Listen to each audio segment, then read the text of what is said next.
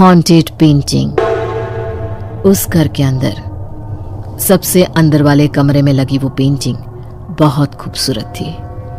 दरअसल उस पेंटिंग को वहां पर लगाया नहीं गया था, बल्कि बनाया गया था। इसका मतलब कि जब तक या तो उस दीवार पर दोबारा पेंट ना कर दिया जाए या उसे तोड़ ना दिया जाए, तब तक उसे वहां से हटाना आसान नहीं था।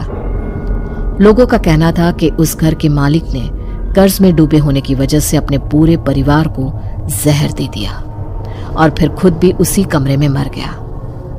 लेकिन आश्चर्य में डालने वाली बात तो ये थी कि कुछ ही महीनों में उस घर के आसपास बने वो दोनों घर जिनकी दीवार उस घर से मिलती थी, उनमें भी ऐसे ही हादसे हुए।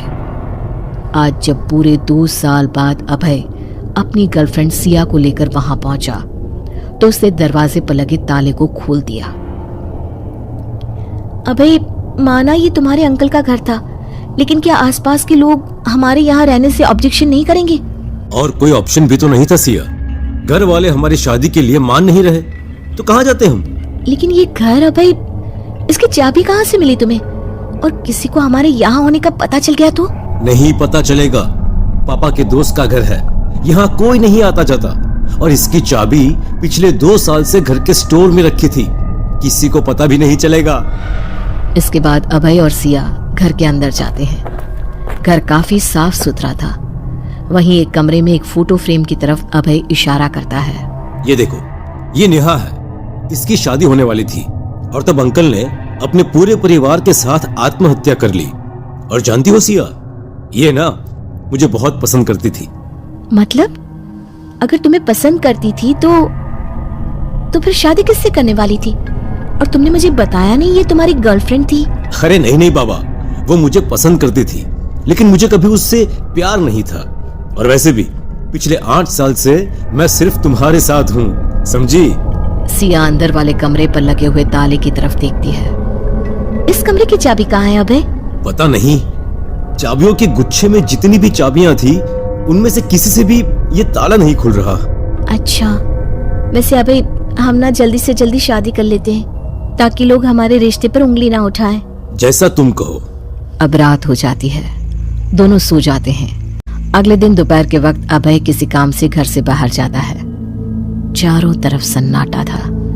तभी अचानक प्रिया को किसी चीज के गिरने की आवाज सुनाई दी। वो घबराकर चारों तरफ देखती है तो उसकी नजर सामने वाले कमरे पर लगे ताले पर पड़ती है, जो टूटकर जमीन पर गिरा था।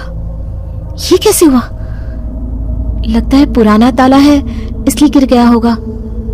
अब सिया ताला साइड पर रखकर कमरे के अंदर चली जाती है।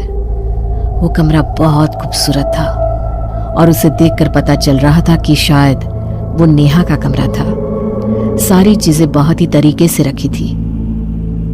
वहीं अब सिया की नजर दीवार पर बनी उस तस्वीर पर गई। वो उसे ध्यान से देखने लगी। तभी अचानक उसे ऐसा एहसास हुआ जैसे उस पेंटिंग के अंदर बनी एक यंग और खूबसूरत लड़की की आंखें चमक रही हो। ये क्या? मुझे ऐसा क्यों लगा कि ये पेंटिंग वाली लड़की की आंखें चमक रही थी? तभी पीछे से किसी ने सिया के कंधे पर हाथ रखा। उसने चौंक कर पीछे पलट कर देखा तो वहां कोई नहीं था। उसे वहम समझकर उसने इग्नोर किया। तभी सामने बनी एक बड़ी सी अलमारी को उसने देखा और जैसे ही खोला तो एक बहुत सुंदर और भारी काम वाला दुल्हन का लाल जोड़ा उसके ऊपर आकर गिर गया। वाह, कितना सुंदर लहंगा है। बस अब मैं इसे ही पहनकर अभय के साथ शादी करूंगी। सिया पूरी अलमारी खोलती है। उसमें उसे दुल्हन की सारी ज्वेलरी और मेकअप का सामान भी मिलता है। वो बहुत खुश होती है। सारा सामान लेकर वो जैसे ही कमरे से बाहर निकलने लगती है, खून में सना एक हाथ उसे रोकने के लिए उसके पीछे आता है, पर वो हाथ सिया को नहीं दिखता। तभी सिया को ठोकर लगती है और वो दरवाजे से टकरा कर गिर जाती है। उसके माथे से खून बहने लगता है। जरा सा खून उसके लहंगे पर भी लग जाता है। कुछ देर बाद अभय घर वापस आता है। अरे सिया, ये तुम्हें चोट कैसे लगी? कुछ नहीं अभय, वो बस गिर गई थी। और ये रूम कैसे खुल गया? अरे इसकी तो चाबी नहीं थी। और ये ड्रेस कहाँ से मिला तुम्हें? बहुत सुंदर ड्रेस है, मैं इसे ही पहनकर तुमसे शादी करूंगी। अच्छा ठीक है, मैं पंडित जी से बात करके आया हूँ, कल हम शादी कर लेंगे। अच्छा सुनो, उनको इस घर के बारे में कुछ मत बताना। अगले दिन सिया उसी लाल दुल्हन के जोड़े को पहनकर अभय से शादी कर लेती है और अब उसे पहनकर घर आती है और उसी कमरे में लगे आईने में अपने आप को देखने लगती है। तभी उसे दिखता है कि उसके पीछे कोई खड़ा है, जिसे देख सिया जोर से चीखती है। क्या हुआ सिया? तुम इतनी जोर से चिल्लाई क्यों? मैंने अभी अभी यहाँ किसी को देखा था, मुझे ऐसा लगा जैसे कोई मेरे पीछे खड़ा था। सिया की बात सुनकर अभय जोर जोर से हंसने लगता है। अरे कोई नहीं था, मैं ही था, बस ऐसे ही तुम्हें छेड़ने की कोशिश कर रहा था। वैसे एक बात कहूँ, आज ना तुम बहुत ही खूबसूरत लग रही हो। अच्छा, अब ज्यादा बातें बनाने की जरूरत नहीं है, मैं जानती हूँ तुम ये सब क्यों कह रहे हो। अरे सिया, अब तुम्हारे और मेरे बीच में कैसी दूरी? आज हमारी शादी हो गई है ना, और ये हमारी पहली रात है। सिया जैसे ही अभय के करीब आती है, उसे ऐसे लगने लगता है जैसे उसके शरीर पर पहने हुए कपड़े अचानक ही बुरी तरफ से चुभने लगे थे। धीरे धीरे उसे अपने पूरे शरीर में दर्द और अजीब सी बेचैनी महसूस होने लगती है। अबे पता नहीं क्यों, लेकिन ये ड्रेस अचानक मुझे बहुत अनकंफर्टेबल लग रही है, मैं कपड़े चेंज करके आती हूँ। अरे लेकिन तुमने तो काफी देर से ये ड्रेस पहना हुआ है, अब अचानक से क्या हुआ? अब देखते ही देखते अचानक से सिया के हाथ और पैर काले पड़ने लग जाते हैं। वो बुरी तरह से घबरा जाती है। ये सब क्या हो रहा है अभय, और क्यों हो रहा है मेरे साथ? अभय भी सिया की हालत को देखकर हैरान रह जाता है। तभी उस कमरे की दीवारों पर चारों तरफ से कटे हुए हाथ बाहर निकलने लगते हैं। सारे हाथ खून से सने हुए थे और धीरे धीरे करके वो हाथ अभय और सिया की तरफ पड़ रहे थे। ये सब क्या हो रहा है अभय?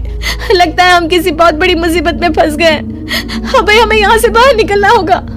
अभय!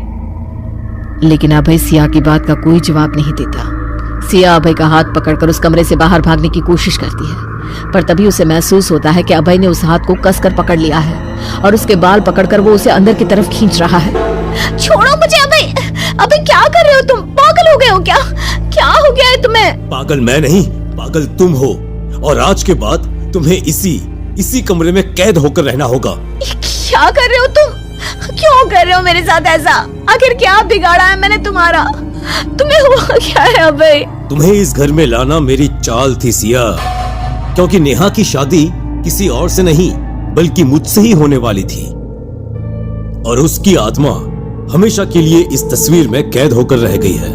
अगर मुझे उसकी आत्मा को इस तस्वीर से बाहर निकालना है तो उसकी जगह किसी और की आत्मा को इस तस्वीर के अंदर भेजना होगा, और मैं अपनी नेहा के लिए कुछ भी करूंगा। नहीं अभय, तुम ऐसा नहीं कर सकते, तुम मेरे साथ ऐसा नहीं कर सकते।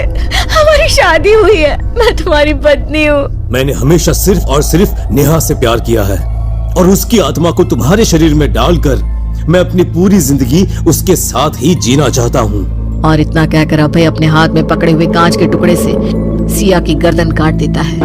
देखते ही देखते उसकी गर्दन से खून बहने लगता है। अब अभय उस खून को तस्वीर में बनी हुई उस खूबसूरत लड़की के होठों पर लगा देता है, और तभी अचानक सिया का शरीर फिर से पहले की तरह जीवित और खूबसूरत हो जाता है। देखो देखो, तुम फिर से ठीक हो गई सिया। सिया नहीं, नेहा। तुम्हारी सिया अब हमेशा के लिए इस तस्वीर के अंदर कैद होकर रह गई है भाई। मेरी नेहा। उसके बाद नेहा और अभय उस कमरे पर ताला लगा देते हैं और सिया हमेशा के लिए उस खतरनाक जाल, उस पेंटिंग में फंस कर रह जाती है।